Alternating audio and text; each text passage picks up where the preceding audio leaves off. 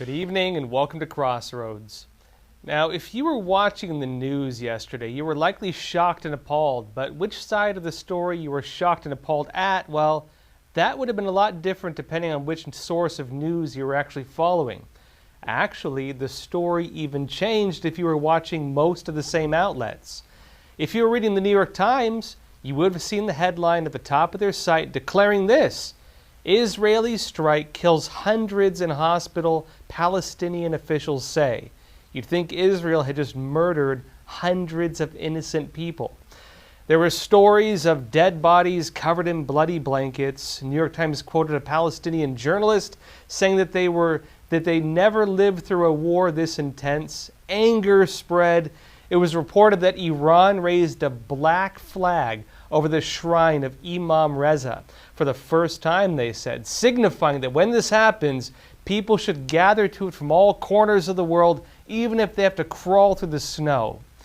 And then the story was changed to being a flag calling for mourning, but many people stuck to the original claim, and analysts jumped on to suggest that a war with Iran was coming. The global call had been issued. Crowds of angry people in Muslim countries marched on U.S. embassies. Here they are in front of the U.S. Embassy in Lebanon, in fact. Alexander Dugin, credited as having the ear of Russian President Vladimir Putin, he wrote this: "Black flag on the top of Great Mosque of Mashhad in Khorasan is hung. The appeal of last day is pronounced." Crowds of people in Muslim countries marched and protests raged. But then the story started changing. Videos started emerging showing the alleged destruction of the hospital. One of the first showed a rocket fly into the air from within Gaza, then divert and destroy a nearby target on its own soil. Then it turned out that that video was a video of a rocket misfire from August last year and had nothing to do with the hospital. People accused pro-Israelis of spreading fake news. But then other videos emerged, and this time, well, they were confirmed videos. They showed that a rocket fired from Gaza apparently misfired and then struck a location also in Gaza, right by that hospital. The official X page on the State of Israel posted a video from Al Jazeera, and slowly after that, the story began to change. Remember, earlier in the day, the New York Times wrote that an Israeli strike killed hundreds at the hospital, but then at 8 p.m. they changed the headline on their homepage to this: "At least 500 dead in strike on Gaza hospital, Palestinians say." They removed Israeli from the title. Then half an hour later, after the first change, they changed the headline on their homepage again, and it now said this: "Hundreds dead in blast at Gaza hospital, Palestinians say." 500 turned into hundreds. Strike turned into blast. People began noticing the discrepancy.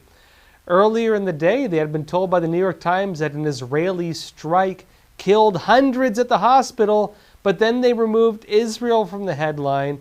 So were they now suggesting it was not Israel? Then they changed the number killed to being over 500. Then they changed the number back to just saying hundreds, and also changed the word strike to blast.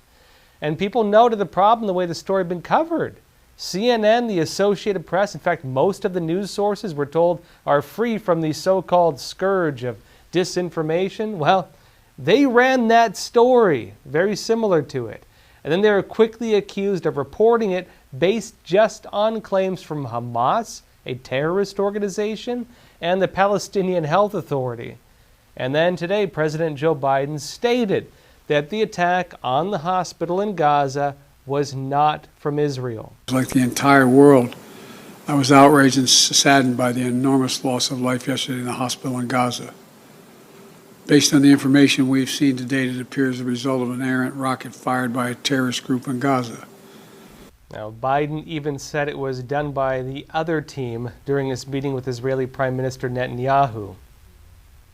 I was deeply saddened and outraged by the explosion at the hospital in Gaza yesterday. And based on what I've seen, it appears as though it was done by the other team, not you. Meanwhile, in a very strange turn of events, it seems the hospital is still there. It looks like a rocket actually hit the parking lot. There were just over a dozen burned out vehicles in the various photos. There wasn't much of a crater, a tiny one, suggesting the explosive used was not that powerful. And while there was some damage to nearby buildings, it did not appear to be significant. Of course, it does seem people were killed, although the number is still not known. Photos are now coming out showing the alleged bodies covered in blankets, and the victims are allegedly civilians. We don't actually know. It's a tragedy regardless, and it appears that now it was a tragedy committed by Hamas, whether intentionally or not, against the people in Gaza. But beyond any of that, in context of the broader conflict, well, the evidence is not going to change everybody's mind. It's been the nature of what they call the fog of war. Well, that's all for YouTube. For the rest of the episode, come join us on Epoch TV, EpochTV.com, where we have the rest of this episode, as well as movies, documentaries, a lot of other great content. We still have a lot to talk about. We'll be going into the CCP's programs and its interests in trying to draw the U.S. into 4 different wars. We'll also be talking about the vote for the House Speaker. Will Kevin McCarthy get through? We have some interesting insights on this and actually some road to victory for him still. All of that and more, of course, over on Epoch TV. So come join us there. That's EpochTV.com, and I'll see you there. What is the real story of America? Why did the Founding Fathers choose a republic over a democracy? And what would the world be if the bedrock of the American Constitution was lost?